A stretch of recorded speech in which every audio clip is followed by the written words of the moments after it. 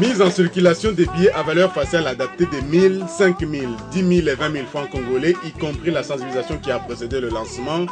Paye des fonctionnaires, enseignants, policiers et militaires par voie bancaire. Lancement du mobile banking. Révision à la baisse jusqu'à 4% du taux directeur de la BCC. Réunion mensuelle du comité des politiques monétaires de la Banque centrale du Congo, 12 au total. Autant de faits ont marqué l'actualité à la Banque des banques au cours de l'année 2012. Tout commence le 23 janvier. L'Institut d'émission organise la réunion préparatoire de l'atelier sur l'utilisation du logiciel de modélisation économétrique eViews. Objectif de cette réunion, permettre à la RDC, à l'instar des autres pays de la SADC, d'acquérir un dispositif devant stimuler le processus d'intégration économique et favoriser l'harmonisation des politiques sectorielles, ce, avant la mise en place à l'horizon 2015 de l'union monétaire et d'une monnaie unique africaine. Le directeur général de la BCC chargé de la politique monétaire salue l'avènement du logiciel.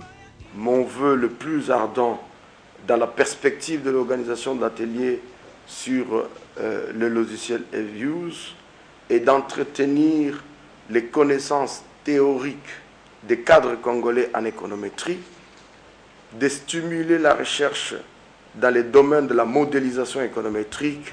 Dernier jour du mois de janvier, soit le 31, le gouverneur de la Banque centrale du Congo préside la première réunion du comité des politiques monétaires CEPEM.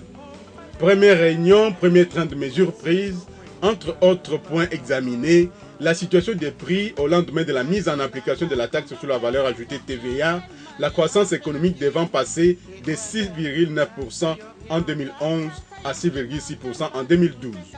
À chaque mois, il se tient une réunion du comité des politiques monétaires. Au cours de la deuxième, tenue le 27 février, les membres du CEPEM restent vigilants quant à la régulation des marchés et demandent au gouvernement d'observer la rigueur budgétaire. Ils observent une relative accalmie sur les principaux marchés. Sur le marché des biens et services, le rythme hebdomadaire de formation des prix s'est stabilisé sur un plateau de 0,02 à 0,03%. Vendredi 16 mars, la BCC publie son nouveau plan stratégique 2010-2013, décrivant ainsi la nouvelle vision de faire de la banque une institution moderne et innovante au service des banques commerciales, des opérateurs économiques et de la communauté dans son ensemble.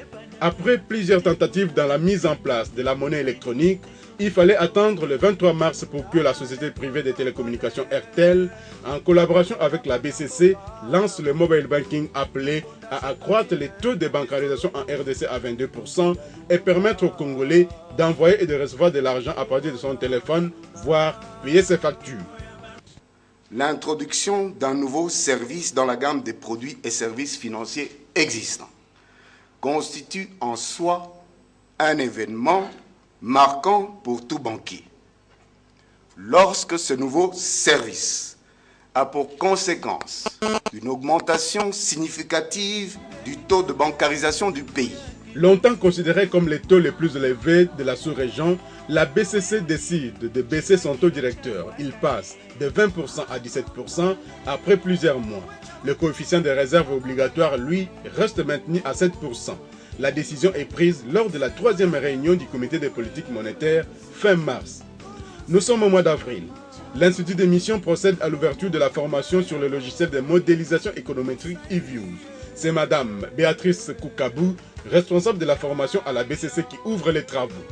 L'acquisition de ce même logiciel et la formation de seulement 5 cadres de la Banque centrale du Congo avaient coûté au projet plus de 38 000 $ américains. Ces chiffres, qui sont suffisamment révélateurs pour nous tous, nous permettent d'apprécier à sa juste titre combien l'accompagnement de la SADC est profitable pour la République démocratique du Congo. 2 semaines plus tard, intervient la cérémonie de clôture de ces assises. Les participants se disent satisfaits des notions acquises qui leur permettront d'harmoniser les politiques financières et d'investissement sectoriel des États membres de la SADC, une façon de révolutionner les domaines financiers dans la sous-région.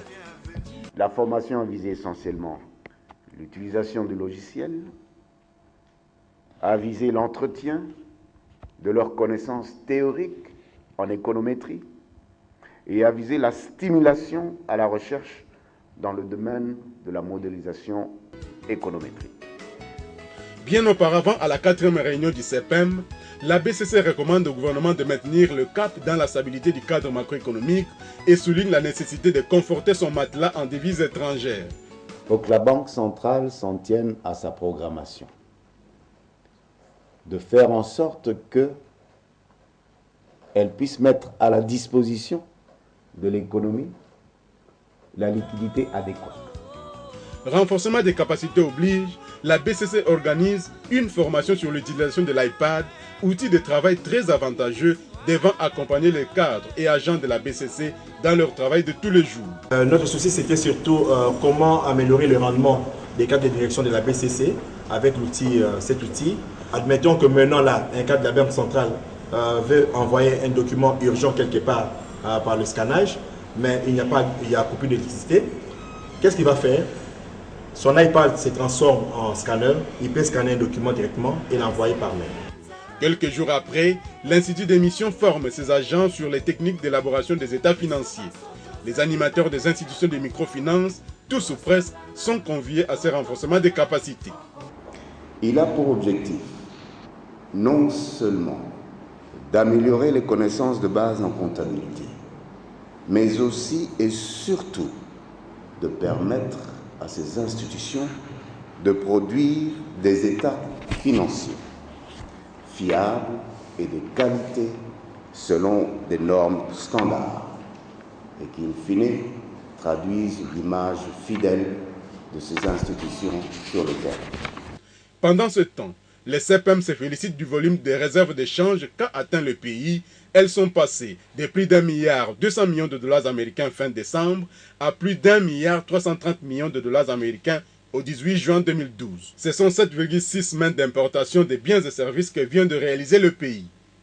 Nous allons faire le point de la situation macroéconomique dans son ensemble, réexaminer la réglementation de change, si elle est toujours appropriée, s'il y a peut-être des améliorations à apporter. Longtemps attendu sur les marchés, enfin les coupures à valeur faciale élevée, adaptées pour l'institut d'émission, vont être injectées sur les marchés. La BCC commence l'opération par une vaste campagne de sensibilisation. Tour à tour, les experts de la Banque centrale du Congo sillonnent les instituts d'enseignement supérieur, les universités, la fonction publique, les opérateurs économiques, les banques, les vendeurs dans les différents marchés de la capitale. Bref, ce sont toutes les couches sociales qui sont touchées par cette sensibilisation. Nous arrivons le lundi 2 juillet. C'est Jean-Claude Massangou Moulongo lui-même qui se présente devant le guichet de la BCDC pour constater l'effectivité du lancement des nouveaux billets de 1000, 5000 et 10 000 francs congolais. Il retire ces différents billets accompagnés des anciens. Sur le plan macroéconomique, l'opération est une réussite. Elle n'influence en rien le cadre qui reste stable. Occasion pour les comités de politique monétaire d'appeler la population d'accueillir ces nouveaux billets. Une grande réforme entend voir le jour en RDC. Il s'agit de la paye par voie bancaire. Voilà pourquoi, vendredi 27 juillet, l'équipe de supervision de cette opération conduite par Jean-Louis Kaimbo Akaimbe, DG de la BCC chargé de la politique monétaire, lance l'opération. Premier bénéficiaire, les enseignants de l'EPSP. Ils sont 41 000, ces enseignants appelés à être payés par la banque. L'élimination des fictifs qui alourdissent inutilement l'enveloppe salariale et les charges de l'État est l'objectif principal de cette réforme. À la même date, une bonne nouvelle tombe à la BCC pour les opérateurs économiques qui peuvent accéder au crédit auprès des banques commerciales à un taux relativement bas. Le CEPEM a décidé de baisser son taux directeur à 7,5%, ce qui permettra aux opérateurs économiques d'investir et d'augmenter la capacité de production de l'industrie locale et ainsi occasionner la création d'emplois. Un des motifs des nouvelles coupures du franc congolais, c'est le coffret Kanyuka. À cet effet, le gouverneur de la Banque centrale du Congo reçoit le peuple Kanyuka qui remercie les patrons de la Banque centrale du Congo pour cette marque de confiance. Nous arrivons au mois de septembre, mardi 18. La BCC lance officiellement le logiciel ISIS DDR, entendez, Système intégré de déclaration de recettes et de dépenses, dans le cadre de la modernisation de ce système national de paiement. J'apprécie à sa juste valeur votre présence à cette rencontre qui démontre, si besoin en était, l'intérêt que vous manifestez vis-à-vis des actions et réformes de l'Institut d'émission, dans le cadre de sa modernisation et de sa recherche d'une plus grande efficacité. 6 jours plus tard, soit le 24 septembre, la BCC décide de nouveau de baisser son dispositif de politique monétaire avec à la clé une baisse du taux directeur qui passe de 7,5% à 6%. Faisant d'une pierre deux coups, la BCC publie son rapport sur la politique monétaire menée de pair avec la politique budgétaire. Peu avant la fin du mois d'octobre, il se tient une double réunion à l'Institut des missions, celle du comité des politiques monétaires et celle du comité des billets des banques. Il est annoncé l'injection de la nouvelle coupure de 20 000 francs congolais dès le 1er novembre. Nous sommes le 31 octobre. La réunion du comité sous-régional pour l'Afrique centrale de l'Association des banques centrales africaines ouvre ses portes. Les membres de l'ABCA veulent concrétiser le rêve de la création de la Banque centrale africaine et la mise en œuvre du programme de coopération monétaire en Afrique malgré la lenteur du processus d'intégration au sein du continent. Le traité d'Abuja suggère 2028. 2. Harmoniser à l'échelle africaine les critères de convergence nominale car il semble varier d'une communauté à une autre, cas de la SADC et du COMESA. Un jour avant, soit le 30 octobre, le patron de la BCC préside l'atelier sur la protection des consommateurs de services financiers. Avec la Banque centrale du Congo qui agrée toutes ces banques, épargner en RDC pour mon avenir, oui, c'est possible. Le 1er novembre, le monde entier célèbre la Journée internationale de l'épargne.